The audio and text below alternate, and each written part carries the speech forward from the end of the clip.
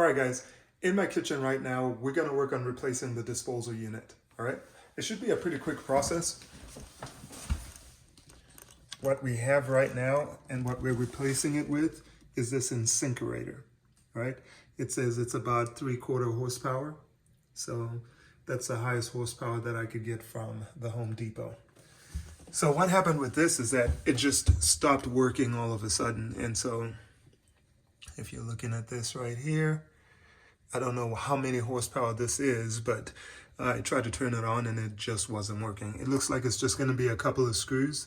And once you get those off, we should be able to get in there, take it down, and that should be about it. So remove those screws, remove that hose, unscrew it from the top, and replace it with a new one. So let's see how that goes. All right, to start this process, the first thing I'm going to do is unplug this and make sure that's the correct power cable, because it looks like there's two. This one, I think, goes to the dishwasher. So move that out of the way. Now that that's unplugged, I'm going to lay a towel down here. I've emptied the sink, so there's no water in there, but I'm sure some water is still going to try to come out of this pipe when we take it down. So put that down, and then with just a flat screwdriver, there's a couple of screws here. You can also use a socket. I'm not sure what size socket that is though, but screwdriver seems to work just fine.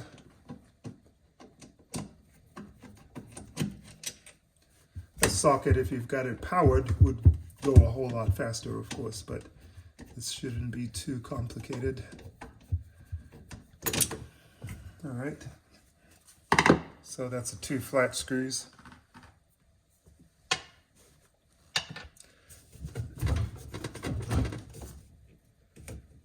And that just pops out like that and swings out of the way. And then I think the only other thing we need to do is just twist this, and that should come down.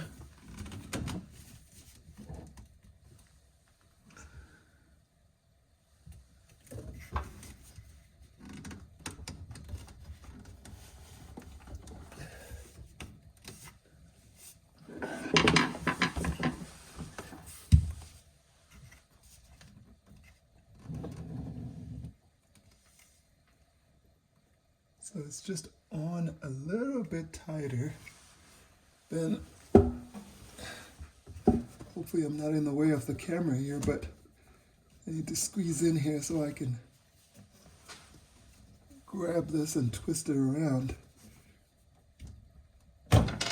Okay, so went ahead and loosened that. You can see some water starting to drip down here, but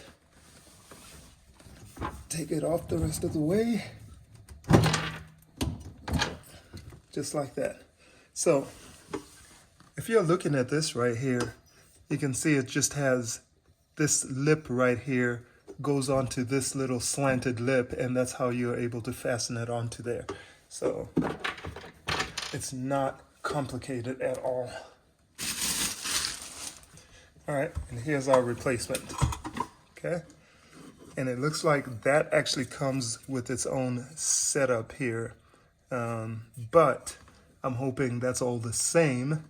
And it looks like it is, so we shouldn't have to remove this whole setup. So I'm going to put this to the side and just try to attach this and call it good. Another thing it doesn't come with is the power cable. All right, so here's what comes in the box. So you got your manual, you got a little tool, and a rubber washer, and then one of those, well, I don't know what you're gonna call it, another washer or a cover, steel one, and then a couple of screws, and then this system right here, which would go into the sink, but I don't think we're gonna be using that, hopefully not, because I don't wanna go through all that. And then of course, plug for the sink, just like that, all right? Then of course the main component, which is the disposal unit right here, Insinkerator, Badger 900 3/4 horsepower with a 6-year warranty. Okay, so we're gonna put this in. So the first step we're gonna have to do here is to actually install the power cable, because it doesn't come with its own power cable. So we're actually gonna remove the old one. And this was what, let's see what this is. So this is also a Badger 500, half horsepower, so 2-year warranty on that. In-home warranty as well. I could have called somebody to come and replace it if I knew how old it was. But we're gonna remove this power cable right here. So first thing we're gonna do here to install this is we're gonna test fit it. Make sure it's gonna fit on that ring, since I don't want to disassemble the whole thing because it looks like it's actually puttied on there. So I would like to get away with not having to replace all of that, although the right thing to do would be to replace all of that.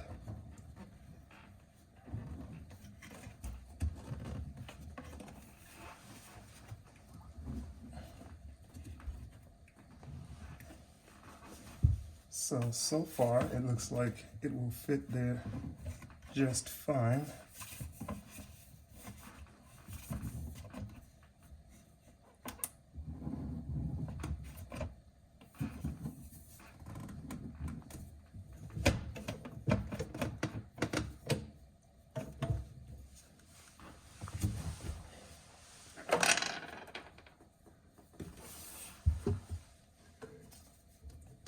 And then this is the hose this one comes with, and it looks like they're the same diameter, so that should be fine as well, so I shouldn't have to replace that either.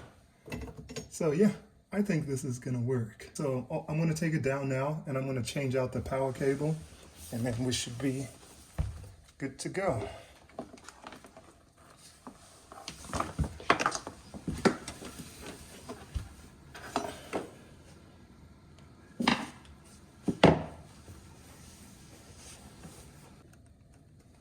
All right, I had to grab a Phillips screwdriver right here so we can loosen these screws here. And these first two on the outside just stop the cable from being pulled out by mistake. So they just kind of clamp it in place. We'll also have to remove the screw right here so we can get into the system here and unplug.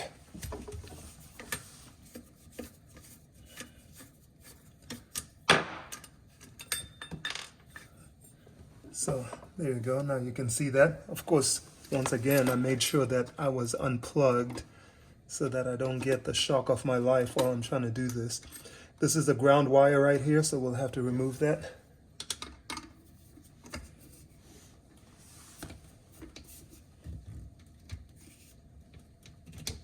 And that's on there pretty tight. I'm going to use this bigger flat screwdriver here just for leverage.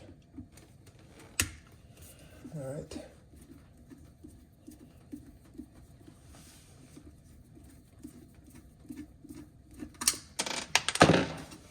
Okay, that's that. Pull this out so we can disconnect it from,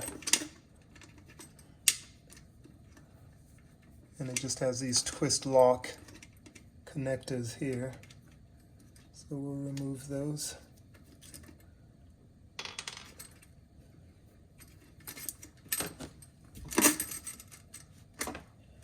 Okay, and that's it right there. So 2 black wires and 1 green. Take this out of the way. And then remove this from its mount once again.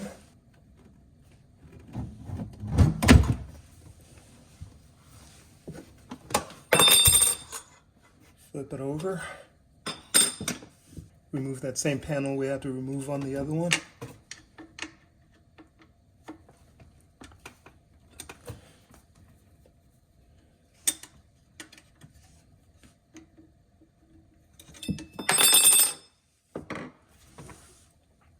All right, and then pull the wires down from in there.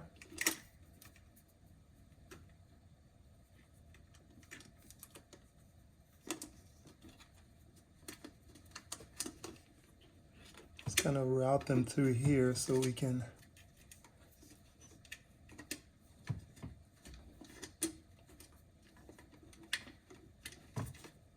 all right, just route them out like that until we can put those twists on them. And I just kept those twisties because I can reuse those, or so I can just reuse those too. All right, so if you're like me and you just kind of pull these out without paying attention to figure out exactly what wire goes where, there's a way of figuring this out. So you've got two black wires here. I'd have preferred, of course, they just made them different colors, but you can't tell on camera probably, but one of these is ribbed, and that ribbed one is the neutral, all right? So this one is the neutral right here, and then there's this one here that's smooth, and that would be the hot one. And also, if you are looking at the plug itself, let's see if we can get you guys in here. All right, so also if you're looking at a plug right here, whatever plugs into this smaller side right here is hot, and whatever plugs into this side here is neutral. And so that's how you kind of figure that out as well. All right, so the next step here is going to be to put this fitting on, and this just came from the old one, and it just twists onto this. Thank God for, and it just twists on here like that.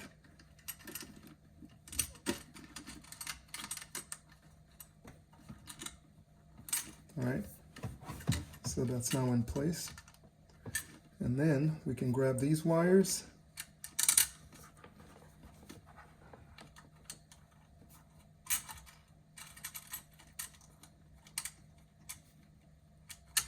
and feed them through there. Grab them from the other side.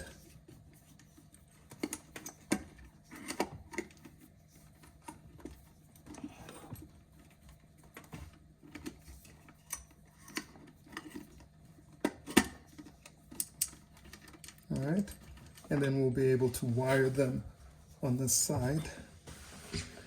Okay, now that we got these wires pulled out of here, we can start the process of joining these. So we'll find the ribbed one, which is this, and we'll connect that to the white, the neutral. Pair those two up, twist this on.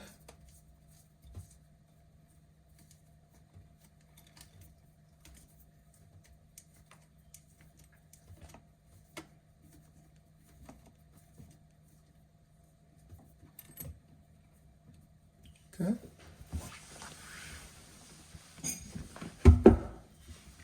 We'll grab the second wire, which is this yellow and black one. We'll pair that up with the smooth black line here from our plug.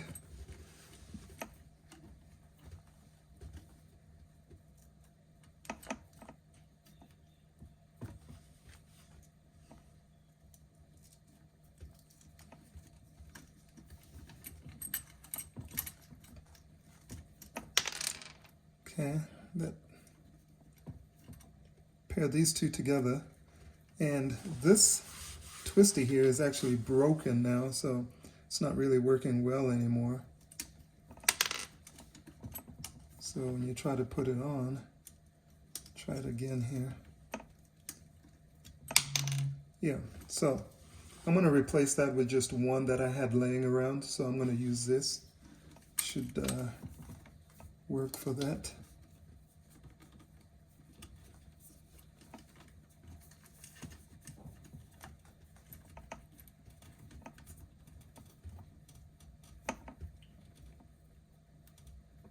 Okay, just like that. Next step is to connect the ground. And it's not a bad idea to always do the ground first, I guess, but it's not plugged in right now. But if I was an electrician or something, I would probably do the ground first, perhaps.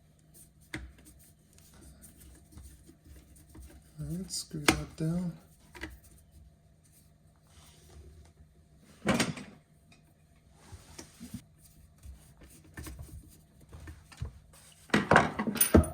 Just make that as snug as it was before when you took it off.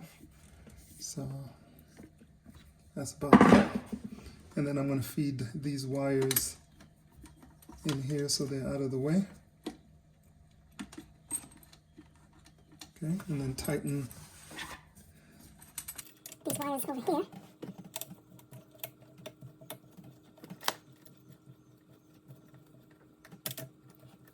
And I don't tighten one side completely, I just kind of alternate between the two. so it's not pinching one side before the other side is secure, but that's just me. Next step, put this cover back on.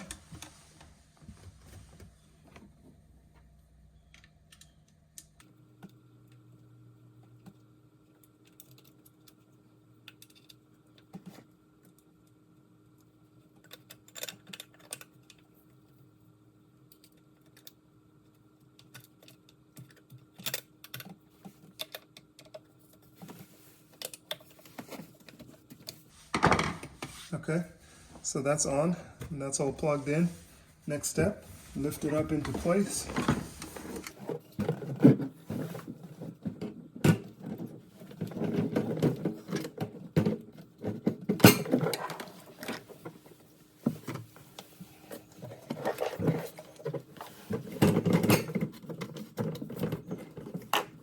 Twist that up. That's good. Just make sure it's nice and snug, which it is. This came with a new rubber washer, so I'm going to take the one that's on here off, and I'm going to put this new one on, just, you know, because why not? All right. And if I wasn't in a hurry, I'd clean this up as well, but I am in a hurry, so I'm going to skip that step.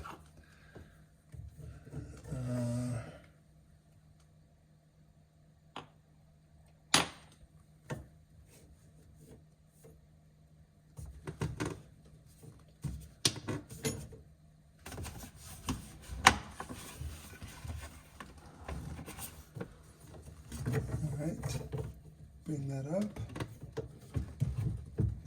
and attach the screws.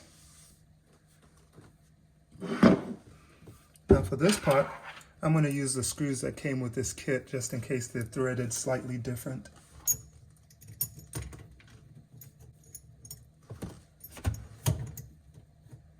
I don't think they are, but why not? Just use the right ones. Okay.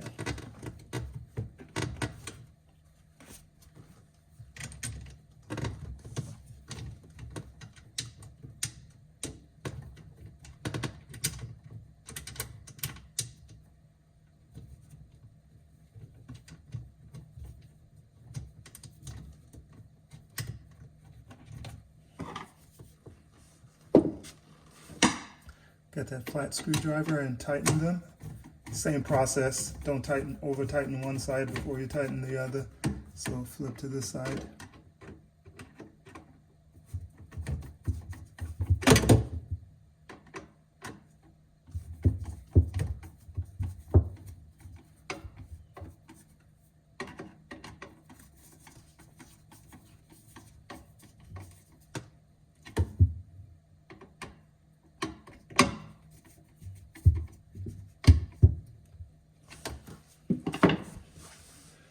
All right, so just like that, that's now installed.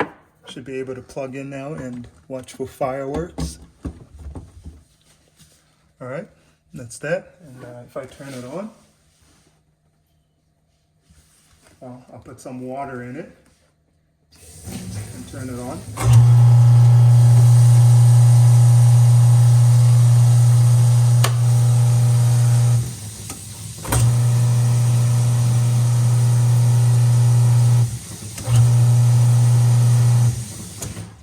That's how you install that. I cut some corners by not replacing some of the pieces, like the trim piece that goes over the top, removing all the old sealant and all that kind of stuff. I didn't do any of that because I think it should be fine, right? But maybe it's not fine. I don't know. It's not leaking right now. It's working just fine. So I'm going to call this a job well done. And that is how you change that. So what tools did I need? I needed a flat screwdriver and I needed a Phillips. That's that one with a cross on it. And that was it. Those are all the tools that I needed. If I had to do the sealant and stuff like that, maybe I'd need a putty knife and things like that, but I didn't have to do that part. So that's about that. So that's how you change your disposal unit if you already have one. The tricky parts of it that people may fear is switching those cables out because it doesn't come with the cable, but with a cord, but it's actually not that hard at all. I was able to do that. If I wasn't filming and trying to stay out of the way of the camera, I think I'd have been able to switch this in all of 10 minutes. So not a bad little house project to be able to tackle on your own and save yourself that 140 or whatever charge to get somebody out to come and replace that. So this is all set up. I am good to go, and it's got a 6-year warranty, so I shouldn't need another one for 6 years because things always seem to break the day after your warranty expires. So that's about that. Until then, peace.